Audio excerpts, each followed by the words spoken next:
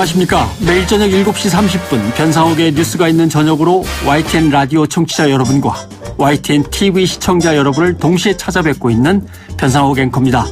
이번에 제 절친 노영희 변호사가 YTN 라디오의 출근길을 책임지게 됐다면서요.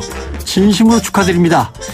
매일 아침을 시원하게 열어주는 수박 주스 한 잔 같은 출근길 시사 프로그램이 될 겁니다. 저와 함께 쌍끌이로 아침 저녁으로 YTN 라디오의 청취율을 올려보겠습니다. 노영희의 출발새 아침 기대하겠습니다. YTN 라디오 94.5 노영희의 출발새 아침 3부가 시작됐습니다. 3부 들어가기에 앞서서요. 오늘 저를 응원해 주시는 청취자 문자 몇 개 소개해드리고 가겠습니다. 오늘 첫날이니까 좀 봐주세요. 오늘 제일 처음 들어온 문자가요. 7시 12분 50초에 들어왔습니다. 끝자리 8498번 쓰시는 분. 출발 새 아침 새로운 진행자 노 변호사님 축하합니다. 오늘 하루도 YTN 출발 새 아침과 함께 즐거운 하루를. 네, 아주 좋은 말씀이시고요. 그리고 또 3840 쓰시는 분은요. 5시 반에 출근해서 하루 종일 YTN 라디오만 듣는 애청자입니다. 와, 대단하시지 않습니까? 이런 분들 정말 제가 너무너무 좋아하고요. 그리고 오늘 아침부터 고정 YTN 팬입니다. 원래 딴 방송 들으셨대요. 1368번 쓰시는 분. 너무 감사드리고요. 또 대한애국당에서 4673 쓰시는 분이 언론이 정권을 견제하고 비판해야지 그 편에 서는 겁니까? 진행자님 대답 좀 하세요. 이렇게 물어보셨네요. 예, 열심히 하겠습니다. 그리고 또 재밌는 거 MBN 뉴스와이드 제작팀에서 저를 응원하시는 문자를 또 보내주셨습니다. 감사합니다. 그리고 끝번호 0507 쓰시는 분. 노브라를 남성이 반대하는 건 아닌 것 같습니다. 오히려 여자에 적은 여자입니다. 노브라를 반대하는 건 아마 여자가 더 많을 겁니다. 이런 얘기 하셨는데요. 한번 저희도 한번 확인을 해보고 정확하게 다시 한번 슬기롭고 정직한 시사 전달하도록 하겠습니다. 네. 어쨌든 지금까지 제가 출발 새 아침 3부 하면서 많이 좀 격려도 되고 또 많이 떨리기도 하고 그러는데요. 조금 더 이번에는 3부 시작하는 시간이니까 좀 더 힘차게 한번 달려가 보겠습니다. 3부에서는 여러분들 정말 재밌고 우리에게 도움이 되는 그런 프로가 준비되어 있습니다. 은근히 기대되는 복잡하고 어려운 경제 얘기를 쉽고 재밌게 풀어드리는 알면 대박, 모르면 쪽박, 경제 박뉴스, 참 좋은 경제연구소 이인철 소장 만나보겠습니다. 안녕하십니까, 소장님? 죄송합니다. 이제 CM 들어가야 된다 그러니까요. CM 듣고 나서 우리 참 좋은 경제연구소 소장님 연결하겠습니다. 고맙습니다.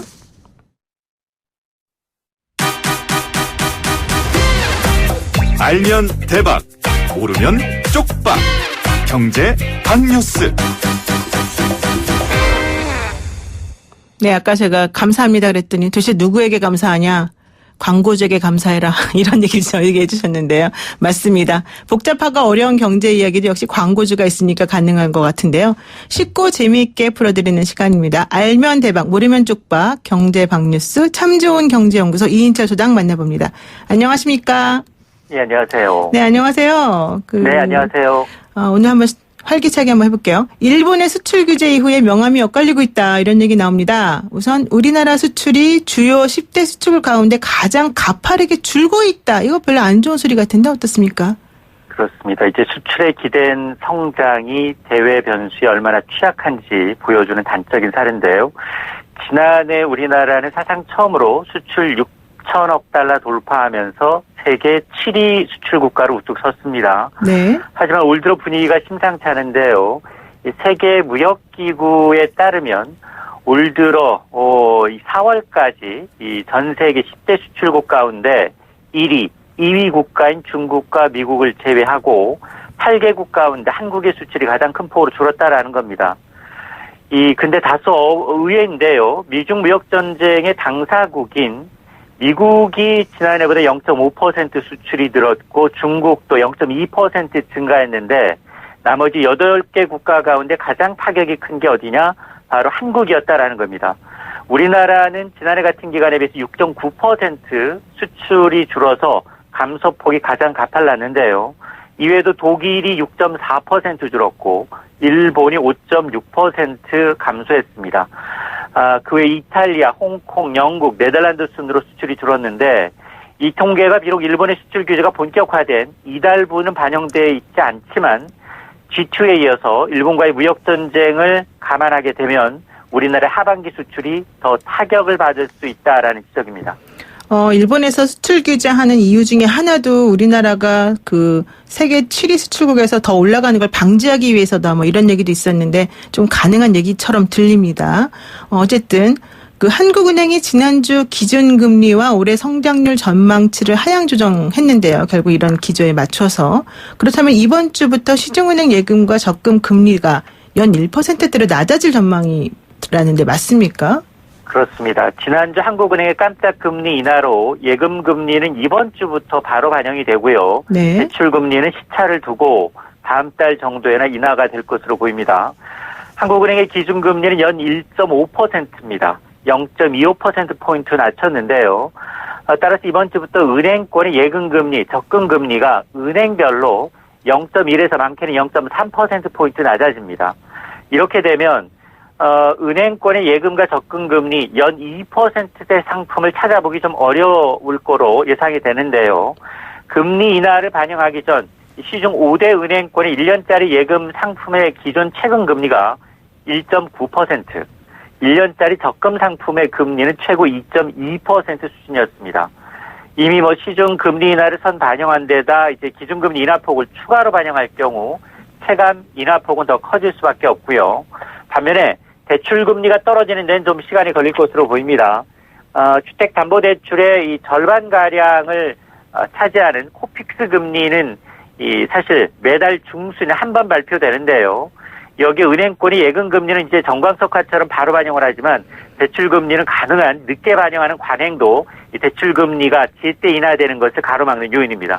그러니까요. 안 그래도 그 점을 좀 여쭤보려고 그랬는데 항상 좀 치사하게 은행권에서는 기준금리 인하한다 그러면은 예금금리 먼저 내리더라고요.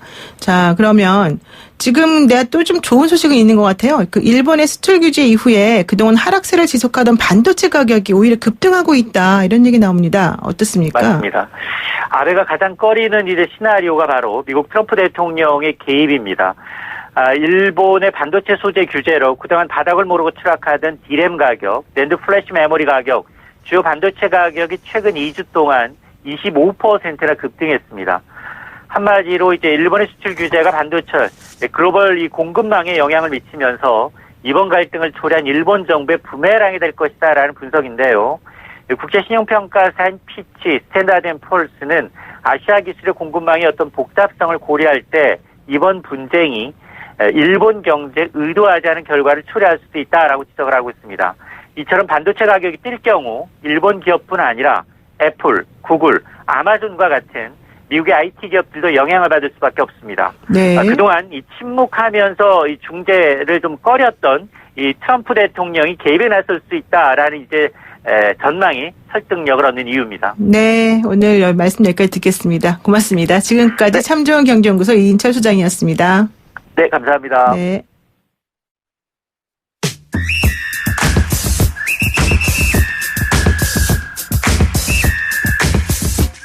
영희와 함께하는 슬기로운 출근길 노영희의 출발 새 아침은 청취자 여러분들과 함께 만들어갑니다. 짧은 문자 50원, 긴 문자 100원의 유료 문자 샵 0945, 우물정 0945로 문자 보내주시거나 유튜브 보이는 라디오 댓글창, YTN 라디오 어플리케이션 예스를 통해 여러분의 목소리를 들려주세요. FM 94.5MHz YTN 라디오 노영희의 출발 새 아침.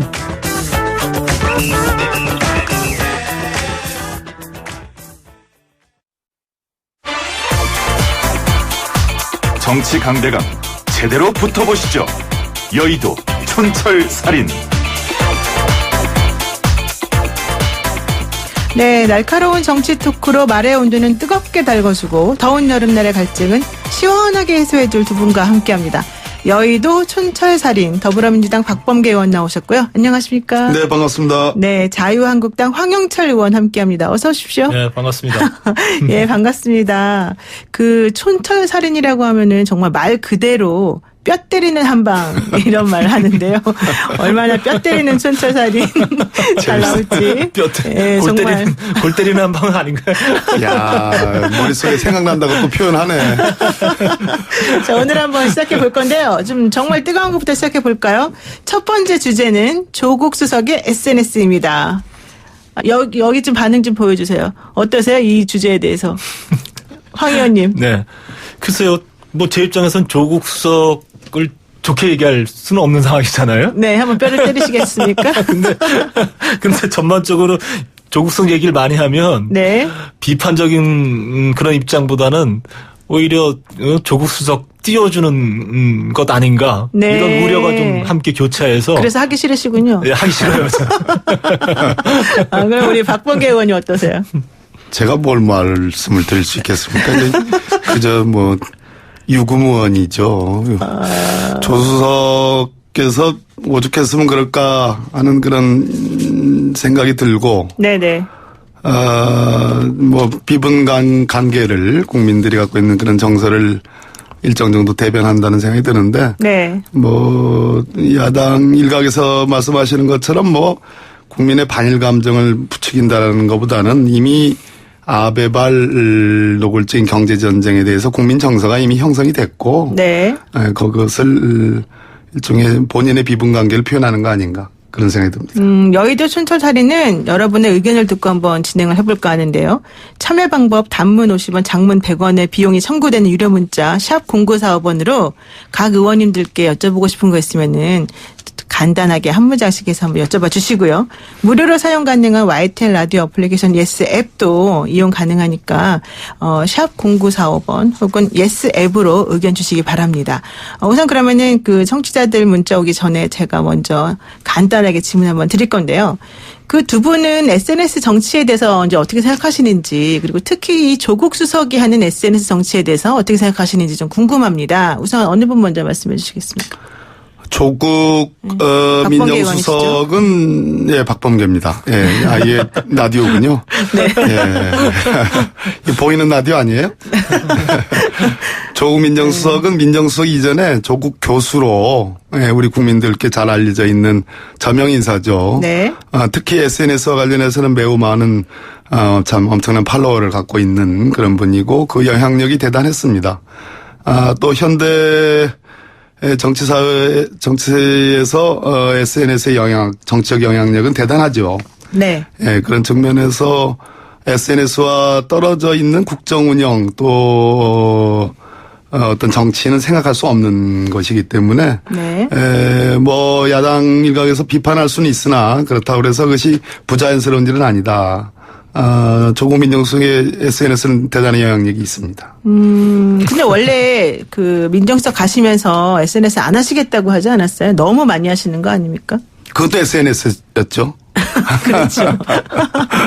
우리 황 의원님 어떻게 생각하세요? 우리 청와대 참모진들 그리고 지금 국정을 담당하는 총리를 비롯해서 장차관에 이르기까지 네. 대한민국 정부를 운영하는 분들이신데 그중에서 SNS 제일 잘하는 사람 누구? 그러면 네. 아마 다 조국 수석 얘기할 거예요. 네. 그런데 국정을 운영하는 사람들 중에서 가장 드러내 보이지 않아야 될 자리가 전 두 자리가 있다고 생각하는데 네. 그 자리가 국정원장과 민정수석이라는 자리인 네. 것 같아요. 네. 제가 보기에는. 그러면 이 두 분은 그래서 국회에서도 국정원장과 민정수석을 출석시키는 문제에 대해서는 대단히 고심도 많이 하고 네. 그리고 또 여당은 가능하면 이분들은 보이지 않게 일하게 해달라라는 그런 이야기, 그런 요구들을 많이 하고 그것이 관례화되어 왔었죠. 그런데 이번에 문재인 정권에서는 오히려 가장 드러내 보이지 않아야 될 분이 가장 드러나 보이는 상황이 되고 있어서 네. 대단히 저는 잘못됐다고 보고 있어요. 물론 조국 수석이 그동안에 본인이 가져왔던 여러 가지 정치에 참여하는 행태라든지 이런 부분에 있어서는 비난할 수는 없죠. 근데 그것은 개인 조국이고 그다음에 민간인 조국 아니면 교수로서의 조국, 아니면 사회운동가로서의 조국은 충분히 어떤 얘기든 그것이 또 제가 동의하든 안 하든 할 수 있다고 보는데 네. 민정수석의 자리에서는 그런 부분이 너무 지나쳐 보이면 안 된다. 그런 요청을 꼭 드리고 싶어요. 그래서 본인도 여러 가지 생각은 많이 하시겠지만 이렇게 너무 민정수석이라는 본인이 해야 될 이 역할이라든지 또 그 역할에 따르는 책임이라든지 또 행동의 방식이라든지 이런 부분에 있어서는 조금은 좀 다시 좀 이렇게 좀 자제하실 필요가 자제했으면 있다. 예. 좋겠다 이런 말씀 드리고 싶네요. 네, 그러니까 우선 이제 SNS 활동하는 것 자체에 대해서 이제 두 네. 분의 의견을 들어봤는데 네. 박범계 의원은 뭐 워낙 유명한 SNS의 그 활동가이기도 하고 그것 자체를 가지고 뭘 할 수는 없다 이런 의견이신 것 같고. 또 우리 이제 황영철 의원께서는 그럼에도 불구하고 민정수석이라고 한 자리는 투명 망토를 입은 사람처럼 뭔가 보이는 듯 안 보이는 듯 자기 할 일을 좀 하는 것이 중요한데 너무 이렇게 드러나는 것은 옳지 않다 이런 의견 가지신 걸로 보겠습니다. 뭐 사실 저기 조국 수석이 청와대 대변인이라든지 네네네. 아니면 좀 다른 자리에서 있었다고 한다면 그래도 조금은 또 좀 다를 것 같아요. 근데 네. 민정수석이라는 자리는 대단히 그 엄하고 냉정하고 또 어떻게 보면은 중요한 일을 하지만 드러나 보이지 않게 해야 되는 그런 자리라고 생각해요. 네. 여기서 이제 한 가지 짚고 넘어가지 않을 수 없는 게 그 민정수석이 그 SNS에다가 일본 수출 규제 사태 관련해서 뭐 이적이다, 친일파다 이런 비판 메시지를 내놓기도 하고 또 하나는 서해의 역할과 이순신 역할을 함께 수행하고 있는 문재인 정부에 대해서 일본이 하는 것을 우리가 너무 뭐 지레 겁먹지 말고 쫄지 말아라 이런 얘기를 하기도 했단 말이죠. 이제 이것에 대해서 사실은 비난하는 여론도 있고 이거 당연한 얘기다 이런 의견도 있는 것 같아요. 한 말씀씩만 이제 간단하게 들어보겠습니다. 먼저 네. 박범계 의원님. 이미 아베발로 이제 시작된 이 경제 침략에 대해서 국민들의 공분이 있는 겁니다. 그것을 과거의 개념으로 친일이냐 반일이냐 이렇게 네. 이분법적으로 나누기는 어렵지만 이번 사태와 관련해서는 반일 정서가 팽배해 있고 특히 일본 제품에 대한 불매운동의 프로테이지 급신장하는 것을 보면 불매가 네네. 우리 국민들의 정서가 지금 만만치 않다. 문재인 대통령의 지지율도 참 사상 최대로 지금 최근에 네네, 올라가고. 뛰었고 네. 반대로 자유한국당은 내려가고 있습니다. 거듭 말씀드리지만 조국 민정수석의 SNS에 의해서 반일 감정이 만들어진 것이 아니다라는 말씀이 하고 싶고 네. 중요한 것은 이번 사태를 어떻게 볼 거냐 그랬을 때 뭐 자유한국당이 친인이냐 뭐 아니면 중도냐 뭐 이런 관점보다는 저는 그 이번 사태의 원인은 매우 복합적이고 구조적이다. 그런데 마치 우리 한국이 일본과의 경제력에서 도저히 따라갈 수 없는 현격한 격차가 있어서 네. 일본과 맞상대하는 것은 거의 이 경제를 폭망시키는 것이다라고 보는 시각. 네. 또 하나는 뭐 불산수소를 포함해서 이번에 소재 또 이제 이런 부품들에 대한 3대 규제가 있었는데 국산화가 한국으로서는 불가능하다라는 그런 시각. 그런 시각이 일부 정치 세력에 있는 거 아니겠습니까? 네네. 지금 삼성전자라든지 SK 하이닉스 또 LG 디스플레이 보더라도 국산화 가능성이 있다라는 그런 조심스러운 기사들이 나오고 있거든요. 네. 또 역사적인 인식이 있어서 한일 위안부 합의라든지 그런 것을 찬성하느냐 반대하느냐. 또 우리 대법원 판결이 2012년도 작년도 18년도에 났는데 이것을 어떻게 인식하느냐에서 현격한 차이가 있고 네. 또 마지막으로 실무 협상에서 일본이 주장하는 것만 믿어주는 네. 이 네 가지 측면에서 이렇게 보면 국민들이 꼭 찍어 먹어봐야 그 맛을 아는 건 아니잖아요. 국민들이 느끼는 게 있습니다. 그래서 네. 그것이 친일적이라는 그런 느낌을 국민들이 갖는다. 일부 정치 세력에 대해서. 네. 그런 측면에서 저는 뭐 조국 수석의 뭐 이러한 SNS가 스스로의 부담입니다. 네. 부담을 네. 불구하고 저는 그 국민적인 정서를 확인해 주는 거 아닌가. 그러니까 친정부적이 아니면 전부 다 친일로 모는 그 문제가 바로 문제다. 지금 이렇게 다른 당에서 지적하고 있는 건데요. 그 부분에 대해서 그러면 황 의원님 어떻게 생각하십니까? 이거 솔직하게 말씀하셔도 돼요. 솔직하게 말씀드리면 참 마음에 안 들죠. 마음에 안 들고. 그 프레임은 맞다고 보시는 거예요, 그러면? 당연히 틀리죠. 틀리다. 그러니까 이제 조국 수석이 올린 글을 보면은. 네. 그러니까 굉장히 이제 갈라치기를 하는 것 같은 그런 글귀가 좀 있어요. 네, 그래서 이게 마치 일부 정치인 어쩌면 이제 우리 자유한국당을 공격하는 그런 느낌으로 좀 읽을 수밖에 없는데, 네. 마치 지금 일본 편을 드는 것이냐 저희가 네네. 이렇게. 아주 규정을 해버리면 그건 대단히 잘못된 거죠. 우리는 일본 편을 드는 것이 아니고 네. 지금의 이 한일 관계가 틀어지고 또 결국은 이것이 우리 국가 경제에 여러 가지 영향을 미치고 있으니까 네. 전통적으로 그래도 이제 우리 현대사에서 이어왔던 한미일 이 공조 관계가 깨지고 그것이 국가 이익에 반하는 형태로 나타나는 그런 부분들에 대해서 걱정하고 빨리 해결되기를 바라면서 네. 이게 해결점을 찾아야 된다라는 건데 이제 어떻게 보면은 정부에 계신 분들이라든지 청와대에 계신 분들은 집권 여당이시잖아요. 네. 그런데 집권 여당은 네. 문제를 해결해 가는데 초점을 맞추고 거기에 모든 방향성을 잡고 그 말이라든지 행동이라든지 정책이 그것에 따라서 나와야 되는데 네. 오히려 우리가 지금 걱정하듯이 집권 여당이 아니라 집권 야당 아니냐라는 얘기를 할 만큼 오히려 이제 국민들이 가지고 있는 분노라든지 이런 부분들에 대해 공감하는 거는 충분히 있을 수 있는데 네. 그것과 달리 냉정하게 이 상황들을 해결해 나가는 데 초점을 맞춰야 된다고 보고 있어요. 그래서 네, 그런 측면에서 되게 아쉽다고 보고 있죠. 그래서 이제는 정부라든지 청와대에 계신 분들이 어떤 감성 정치가 아니라 네.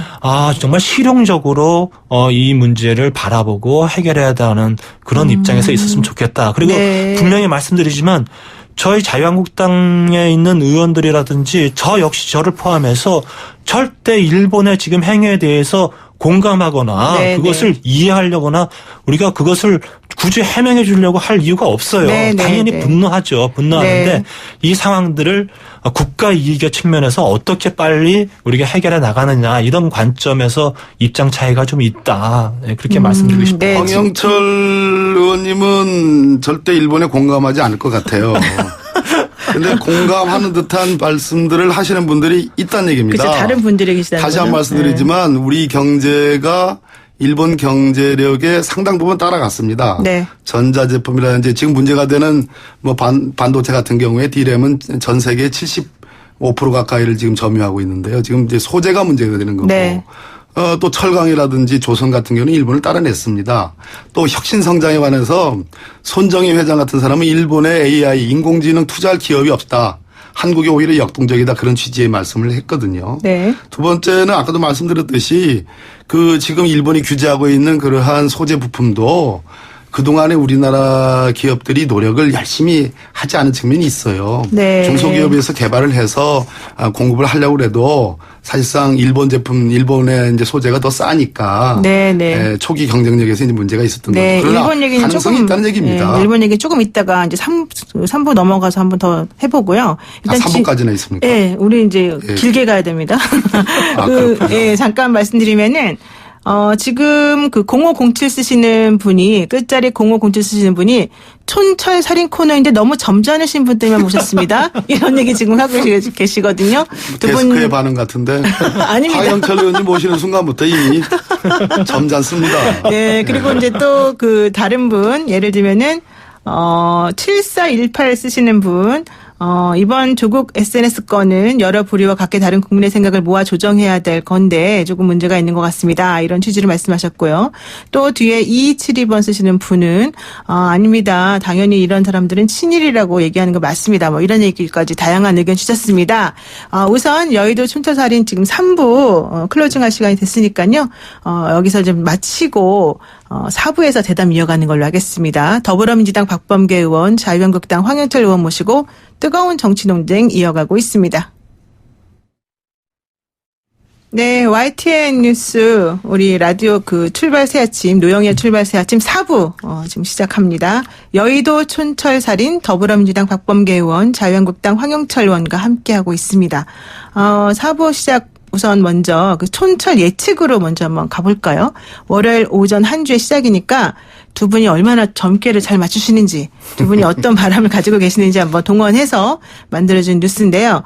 앞으로 이번 주에는 어떤 뉴스가 사실은 가장 그 포인트가 될 거라고 보십니까? 우선 황 의원님 먼저 한번. 이번 주는 정치권에서 어쨌든 추경 문제가 가장 그렇죠. 중요할 것 같아요. 네. 그리고 이제 추경에서 여러 가지 논의가 있을 수 있겠지만 특히 이번 이제 그 일본의 경제 보복에 대한 예산들이 어떻게 정리될 것인가가 중요할 것 같고요. 네. 그리고 또 이어서 역시 한일 관계 문제를 어떻게 해법을 찾을 것인가 네. 이것이 가장 중요한 이슈가 될 것 같습니다. 박 의원님 어떻습니까?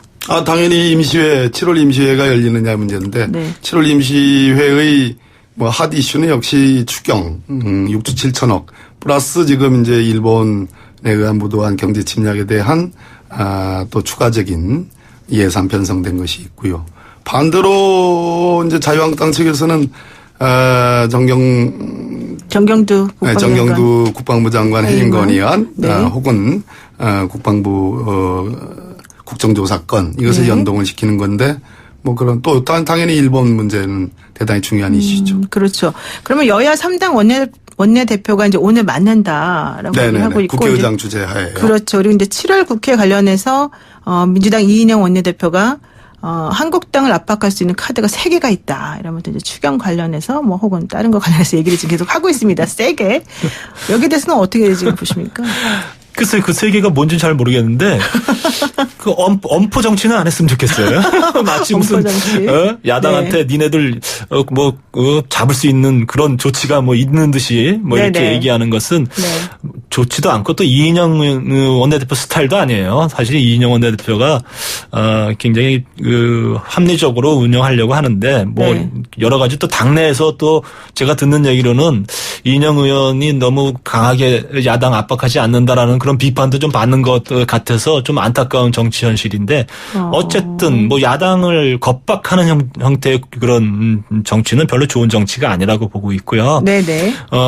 잘 해결이 됐으면 좋겠어요. 그러니까 문제는 어쨌든 여당에서는 추경이 굉장히 중요한 문제이고 또 야당 입장에서는 지금 현 시점에서 정부에서 잘못하고 있는 것 중에 가장 큰 것이 여튼 국방 안보와 관련된 부분이니까 이 부분에 대해서 서로 원하는 부분들을 해결해 주는 형태로 가면 좋겠다. 저는 솔직히 얘기하면 속상한 일이긴 하지만 그러나 예산 문제를 다른 문제와 연결시키는 것은 좋은 생각은 아니라고 봐요. 왜냐하면 그만큼 예산을 어떻게 만드느냐의 문제는 국회에서의 굉장히 중요한 문제이고 국민의 삶과 직결되는 문제이기 때문에 네네. 그것을 다루는 것과 고리를 맺는 것은 별로 좋은 일은 아닌데 그러나 야당에서 요구하는 것들에 대해서 여당이 전혀 받아들여지지 않는다고 한다면 부득이하게 추경을 빌미로 이런 것들을 얻어낼 수밖에 없지 않느냐 이렇게 생각은 듭니다. 근데 지금 그 나경원 원내대표가 도깨비 방망이냐 닥치고 증액하라는 얘기냐 이런 얘기까지 사실 계속 하고 네. 계시고 깜깜이 예산이기 때문에 우린 반대한다 이런 얘기를 네. 했는데 제가 조금 궁금한 게 원래 이게 특히 일본 수출 규제 관련해서 이제 예산이 증액이 된 것과 관련해서 얘기가 나온 거잖아요. 네. 근데 그거는 당시 대정부 질문했을 때 각 부처별로 서면 질의와 심사를 하는 과정에서 이러이러한 것들이 필요합니다라고 해서 사실은 그걸 합쳐보니까 갑자기 8천억까지 올라가더라. 우리는 어쩔 수 없는 부분이었다라고 사실은 얘기를 하는 게 있어요. 그러면 그것도 이미 다 알고 계셨던 것들인데 이제 갑자기 이제 와서 또 이거 추경 못 해주겠다고 하면 그거는 좀 너무 치사한 거 아니냐 이런 얘기는 어떻게 보세요? 제가 추경 이제 예결위원장을 제가 맡기로 돼 있었기 그렇죠. 때문에 이번 예. 추경안에 대해서 아주 꼼꼼히 다 살펴봤어요. 다 살펴봤는데 네. 이 추경 내용 디테일에 들어가서도 굉장히 논쟁이 일어날 수밖에 없는 예산들이 상당히 많았습니다. 많다. 예, 그러니까 이런 부분들에 대해서 여야가 심도 있게 따져야 되고요. 그리고 네. 예산이라는 것이 어느 날 갑자기 필요하다고 그냥 금방 뭐 5천억, 3천억, 5천억, 8천억 이렇게 될 수 있는 것들이 아니거든요. 네네. 그래 그런 부분들에 대해서는 이제 예산 심의 과정에서 충분히 토론하고 토론 과정에서 이 부분에 대해서는 세울 수밖에 없다. 그리고 이 부분은 너무 터무니없이 올린 예산 같다. 무대책 예산인 것 같다. 뭐 이렇게 구분이 될 수 있을 거예요. 그런 네. 부분들에 대해서는 네. 아마 예결위에서 네. 꼼꼼하게 따져볼 거라고 생각합니다. 이분은 얘기를 안 한다는 거죠. 제가 네. 이 대목에서 좀 얘기를 좀 해야 될 것 같은데 지금 추경을 포함해서 또 일본의 그 수출 전쟁 대수출 규제, 예, 수출 규제, 수출 규제와 관련해서도 이게 다 연동되어 있는 문제인데요. 네. 일본은 GDP 대비 재정 적자가 230%입니다. 네. 우리나라는 39%예요. 그리고 무디스가 신용 등급을 평가할 때 네. 우리나라는 AA2 그러니까 가장 높은 데에서 두 번째입니다. 네. 일본보다 2단계 더 높아요. 네. 그것은 그것마치 우리나라의 재정 여력이 있다. 네. 그래서 추경을 편성해도 전혀 문제가 없는 나라입니다. 일본은 소위 양적 완화라고 해가지고 무작정 이 돈을 찍어내가지고 그렇죠. 그게 아베노믹스의 가장 큰 핵심이거든요. 네네. 우리는 재정 여력이 있기 때문에 국제적인 신용평가가 좋은 겁니다. 그러면 작년 그 연말부터 시작된 전 세계적인 경기의 하락 그 국면에서 추경 편성의 필요성이 커진 거예요. 네. 그래서 IMF가 무려 9조의 추경을 편성하려고 권유를 했음에도 권고했죠. 불구하고 네. 우리는 6조 7천억밖에 안 한 겁니다. 기재부가 그만큼 재정 운영을 소위 보수적으로 하고 있는 겁니다. 네. 이 마당에 이제 일본에 의한 아베에 의한 경제 침략이 지금 벌어졌는데 여기서 불과 뭐 1,200억이든 3,000억이든 제가 보기에는 세 발의 피해 그 어떤 대책이에요. 네. 그 정도도 우리 자유한국당이 협조해주지 않는다면은 네. 정말로 그것은 국민들의 감정과 보편적인 어떤 그 인식과는 다른 것이다. 네. 이렇게 좀 거대 담론적인 얘기들을 좀 하면서 이번 추경이 갖고 있는 세부적인 문제점들에 대해서 조목조목 짚고 그것은 심의를 하면서 그것이 깜깜 예산인지 뭐 더듬이 예산인지 발금이 예산인지를 그때 평가를 해주셔야지 무조건 전체적인 어떤 그 양국 네네. 간의 그런 전략적인 그 인식의 차이를 전혀 무시하면서 그냥 무조건적으로 협조하지 못한다는 것은 그것은 옳지 않다라는 얘기입니다. 근데 분명히 이건 반박을 좀 할 수밖에 네네. 없는데 무조건적으로 반대는 없어요. 네. 예, 무조건적으로 반대하지 않고 또 이번에 어쨌든 이 일본의 경제보복과 관련된 부분에 대해서 대책 예산을 세워야 된다는데도 공감하고 있다고 저는 봅니다. 당연히 공감해야 되고요. 네. 다만 그런 부분들을 해소할 수 있는 대책으로 적절하게 편성된 예산이냐 이거는 네. 분명히 봐야 된다는 것이죠. 네. 그리고 적자 재정으로 채워지는 추경인데 제가 예결위원장으로 있을 때 이 예산안들을 쭉 보니까요. 과연 정부가 우리 국가 경제 회생을 위해서 고민한 예산인가? 걱정스러운 예산들이 참 많았어요. 네, 그래서 네. 그런 부분들에 대해서는 네. 아마 국민들한테 정부가 내놓은 예산들을 세세하게 다 내놓고 이게 과연 국민들을 위한 예산입니까? 그리고 적자 재정을 초래하면서까지 이게 이 빚을 내면서까지 해야 될 예산으로 보입니까라고 내놓으면 네. 국민들이 거기서 칼질할 예산들이 상당히 저는 있다고 보여져요. 그래서 이번에도 네. 어쨌든 지금 대일본 정책과 관련된 여러 가지 부분에 있어서도 네. 저는 필요한 부분들은 얼마든지 협조를 해야 된다고 보고 그런데 있지만 지금, 내용에 네. 가서 분명하게 따져야 된다. 그런 말씀입니다. 지금 황영철 여기서 잠깐만 의원님이- 정리 좀 하겠습니다. 잠깐만요. 화영철 위원장님이 예결위원장을 하셨으면 네. 다 풀릴 문제였어요. 그러니까 화영철 의원 상식적으로 화영철 의원님이 예결위원장이 우리는 될 거로 민주당은 봤는데 네네네. 안 시켜준다 이겁니다. 그래서 네. 민주당이 지금 제가 그 본회의에서 그 분위기를 지금 들어오기 전에도 말씀드렸는데 우리가 다 화영철 의원 찍으려고 다 준비되어 있는데 아예 명단에조차도 후보에 없어요. 그게 자유한국당의 현실입니다. 그 한국당이 이때 네. 뭐 내부 갈등이 좀 있었죠. 자, 지금 짧은 문자 50원, 긴 문자 100원의 유료 문자 우물정 0945로 의견 주시고 계시는데 0114번 쓰시는 분이 두 분과 같은 합리적인 정치 너무 좋아요. 이런 얘기 나오시고 너무 약하다는 얘기인데 지금.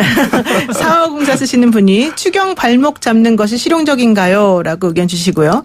또 0184님 야당과 협치를 잘 이끌어내는 것도 집권당의 능력 아닙니까? 이런 얘기 주셨는데 다 옳은 말씀인 것 같고요. 예. 제가 지금 간단히 말씀드리면 사실 뭐 6조 7천억이 예산 추경으로 이제 편성이 됐는데 그 중에 절반 이상의 국채 발행이다. 이건 너무 심한 거 아니냐. 뭐 이런 얘기한 사람들도 있었고 사실 야당에서 비판할 때 물론 여기 대해서는 그러니까 문제라는 겁니다. 여기 대해서 이제 MB 때는 구조였다 뭐 이런 얘기도 그것뿐만 아니라 하기도 하죠. 예. 그다음에 두 일본 번째로는 얘기하다니까 일본 얘기 지금. 두 번째는 재탕, 삼탕 추경이 뭔 말이냐 이런 비난도 나오거든요. 그러니까 약간 이제 포인트들을 서로 달리하고 있는 게 아닌가. 그렇다면 이게 추경은 어쨌든 내년 선심성 성격을 띠고 있기 때문에 안 된다라고 그동안 한국당이 반대를 해왔다가 사실은 그건 아니고 이런 것들이 필요하니까 반드시 해야 됩니다라고 하면서 일본 문제까지 연결됐는데 갑자기 또 중단을 하게 된 이유가 근본적인 원인이 정확히 뭐냐. 정말로 그 일본 관련돼서 깜깜이 추경이었기 때문이겠냐 아니면 다른 의도가 있겠느냐. 이게 좀 궁금하다는 거죠. 추경은 아시다시피 편성이 돼서 통과가 되면 네. 집행하는데 한 달 이내에 다 집행이 됩니다. 네네. 그러니까 지금 우리 경제 규모가 대단히 커졌는데 어찌됐든 몇 조 원이 한 달 이내에 풀려나간다는 것은 네. 말 그대로 응급 환자한테 지금 닌겔을 꼽는 거랑 비슷한 겁니다. 네. 그러니까 지금 가장 한국 경제가 지금 위기에 처했다라고 연일 얘기하시는 분들이 자유한국당의 대표님들이 아닙니까? 네. 예, 자유한국당 얘기를 하니까 자꾸 제 말이 자꾸 이렇게 더듬어지네요. 그런데 그렇다면은 필요한 거예요. 지금 필요하다는 거 다 인식을 하는 겁니다. 네. 그러면 아까 지금 우리 노영희 변호사님 말씀하신 것처럼 적자 국채를 발행하면서까지 그 절반밖에 안 돼요. 6조 7천억에. 네, 그렇죠. 아까 제가 말씀드렸습니다. 40%의 GDP 대비 재정 적자라는 게 재정 건전성에서는 세계에서 OECD 가입 국가 중에 거의 제일 우수합니다. 일본은 네. 무려 230%라니까요. 네. 그 230%를 숨기기 위해서 소위 소비세 인하를 인상을 8%에서 10%로 한단 말입니다. 네. 그럼에도 불구하고 일본 보수는 아베를 밀어줬습니다. 그런데 네. 제가 이 말씀을 꼭 드리려고 제가 오늘 벼르고 나왔는데 네. 이번 일본 참의원 선거는 아베의 패배입니다. 지금까지 중의원과 참의원의 의석수를 놓고 보면 자민당과 공명당의 연립정부가 개헌선 3분의 2 이상을 갖고 있는 정부였습니다. 원래가. 네. 그런데 이번에 그걸 확보를 못한 게 아니라 그 유지를 못한 겁니다. 깨진 네. 겁니다. 내석이 안 됐죠. 164석을 얻어야 되는데 160석밖에 못 얻었어요. 네네. 그러니까 이제 지금 무소속 끌어들이겠다는 그런 이제 또 얄궂은 짓을 지금 생각을 하는데 어찌됐든 아베가 전 세계적인 어떤 국제 자유무역이라는 어떤 밸류 체인을 지금 헤쳐가면서까지 국제 분업을 헤쳐가면서까지 지금 한국에 대한 도발을 하는 겁니다. 네. 결론적으로 이때 안 뭉치면 우리가 언제 뭉칩니까? 그럼 황 의원님, 일본 참여 선거에서 지금 선출 의석의 과반수는 차지했지만 개헌 의석 확보 실패했다. 이 부분과 관련해가지고 지금 박범계 의원이 말씀하시는 게 결과적으로는 기존의 거 못 지킨 건데 그럼에도 불구하고 우리나라에 대한 경제 보복 조치는 계속될 수밖에 없지 않느냐. 여기 대해서 우리는 어떻게 대처해야 되겠느냐. 이런 질문인 것 같아요. 사실은 일본의 경제 보복이라든지 우리 대한 정책에 대해서 굉장히 선거용이라는 비판이 좀 많았잖아요. 네. 근데 우리는 이제 그렇게 공격을 했고 선거가 끝나면 좀 달라질 것이다라는 그런 예측도 있었는데 결국은 선거용으로 쓴 것으로는 실패한 거죠. 그러니까 일본 국민들 사이에서도 그 부분이 우리 한국과의 관계와 관련된 문제가 어떤 정치적으로 이용돼서는 안 된다라는 보는 그런 여론이 작용됐다고도 좀 이해는 돼요. 네. 다만 그럼에도 불구하고 아마도 당분간은 우리 강경 기조는 계속될 거라고 보고 있고요. 이제 그런 측면에서 이 문제를 해결해 나가기 위한 대전환이 필요한 시점이죠. 결국은 지금 한일 관계 문제를 적대적 관계로 가져갈 것이냐 아니면 다시 우호적 관계로 다시 회복시킬 것이냐의 문제인데 우리나라 국민들 중에서 지금 일본이 하는 일이 밉고 얄밉고 괘씸하고 분노를 느끼지만 이런 관계가 적대적 관계로 가기를 원하지는 않는다고 보고 있어요. 네. 그러면 다시 우호적 관계로 바꿔내기 위한 노력들이 필요하다고 보고 있고요. 네. 그런 부분에 있어서 어쨌든 그것이 장기화될 우려도 있으니까 그 장기화에 대처하기 위한 여러 가지 경제정책 측면에서 필요한 예산들은 추경에서 꼭 반영되길 바라요. 반영되길 바라는데 네. 제가 앞서서 말씀드렸듯이 추경이라는 것은 꼭 필요한데 써야 될 돈이 필요하기 때문에 추경을 하는 것인데 추경이 필요하니까 써야 될 곳을 찾는 추경은 돼서는 안 된다고 보는 거예요. 네, 그래서 그런 네. 측면에서의 꼼꼼한 예산 심의가 우리 야당의 몫이라고 생각하고 네. 자유한국당에서는 그 점에 대해서 철저하게 해야 된다고 보고 있어요. 그래서 제가 아까 우리 당의 입장하고는 조금 틀리지만 추경 문제를 국조 문제라든지 뭐 장관 회의만하고 연결시키는 것조차 올바른 행태는 아니다라고 네, 제가 네. 말씀드린 거죠. 그래서 네. 추경은 추경대로 국민의 살림살이 국민의 돈을 꼼꼼하게 챙기는 대로 가고 다만 여당에게 요구할 것들은 또 강력하게 다른 네. 스탠스라든지 다른 프로세스로 요구해 나가야 될 필요가 있다. 네. 이런 말씀드립니다. 네. 얼마나 좋아요, 자세가. 예. 근데 네, 자꾸 지금- 좋다 그러니까 제가 꼭 여당 편 드는 것처럼 익혀질까봐 그랬는데 여당 편이 아니라 국민 편을 들고 계시는 겁니다, 지금. 자, 예. 15초씩 두 분에게 기회 드리겠습니다. 그래서 마지막 발언. 네. 저는 아베가 이번 선거에서는 패배했다고 보는 사람이거든요. 네. 볼턴 미국 NSC 이제 보좌관이 일본을 방문하고 한국을 방문합니다. 내일부터 오든가 하면 그런데 네. 결국은 안보 문제 때문이라도 네. 저는 이 문제가 저는 해결될 가능성이 높다. 네. 아베가 일단 코가 납작 해줄 거다. 깨졌다. 예. 저는 그렇게 생각합니다. 네네. 우리 그렇게 언론이 좀 써주세요. 황현인도 마지막 10초. 지난주에 보기 좋았던 장면이 어쨌든 대통령이 5당 대표, 우리 자유한국당 황교안 대표를 포함해서 5당 대표의 만남에서 네네. 나름대로 어떤 의견을 함께 공동 발표한 것, 대단히 국민들 보기 좋았다. 네네. 이런 기조가 이번 주에도 이어졌으면 좋겠다. 네. 생각합니다. 정말 여의도 촌철살인 지금까지 더불어민주당 박범계 의원, 자유한국당 황영철 의원과 네. 함께했습니다. 감사합니다. 네, 즐거웠습니다. 감사합니다. 감사합니다.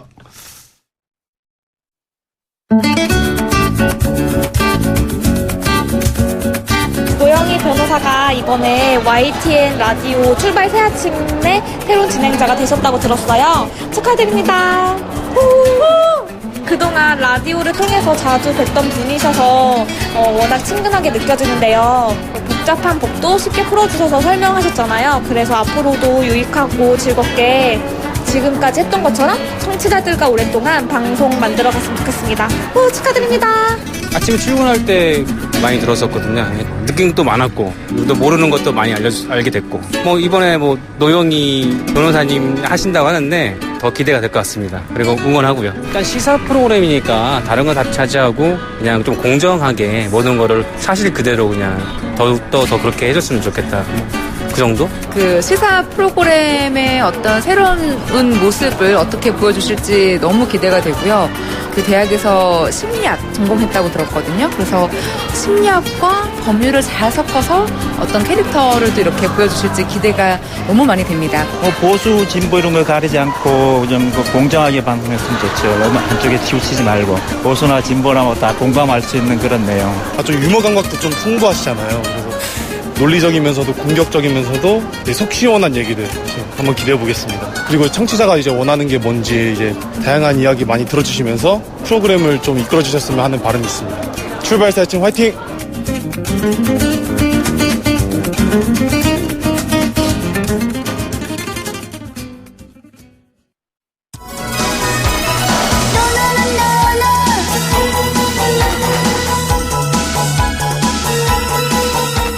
네, 오후 5시 15분 YTN 또 다른 간판 프로그램 뉴스 정면 승부 이동영 씨가요. 유튜브 보이는 라디오를 통해서 저희에게 축하 멘트 보내주셨습니다. 첫방 축하드리고 YTN 라디오 간판으로 자리매김하시길 아유 정말 감사드립니다. 그리고 또 박범계 황영철 의원께도 감사드린다고 인사 꼭 전해달라고 하십니다.